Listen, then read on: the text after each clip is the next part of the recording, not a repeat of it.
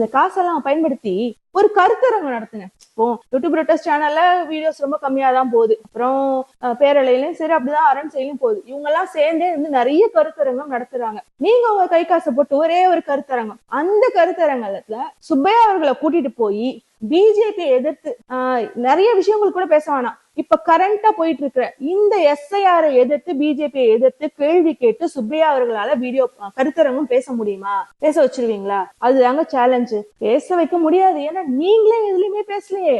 உங்க வீடியோஸ் எல்லாமே போய் பார்த்துட்டு வந்தேன். எங்கேயுமே அதிமுகவே நீங்க அதிகமா பேசலங்க. பிஜேபி எல்லாம் நீங்க தடவிதான் கொடுத்திருக்கீங்க. அது எப்பேற்பட்ட அதிமுக தெரியுமா? கடந்த தேர்தலை ஒட்டி ஒரு வீடியோ சர்க்குலேட் ஆகுது. அந்த வீடியோல இஸ்லாம் சமூகத்தினர் எல்லாம் தீவிரவாதிகள் அப்படின்னு அதிமுக அமைச்சர் ஒருத்தர் பேசுறாரு. அதை எதிர்த்து பேசுனீங்க?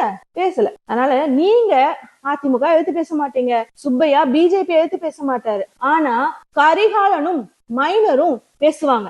அதிமுகவை மட்டுமல்ல, பிஜேபியை மட்டுமல்ல, திமுகவை எதிர்த்து பேசுவாங்க.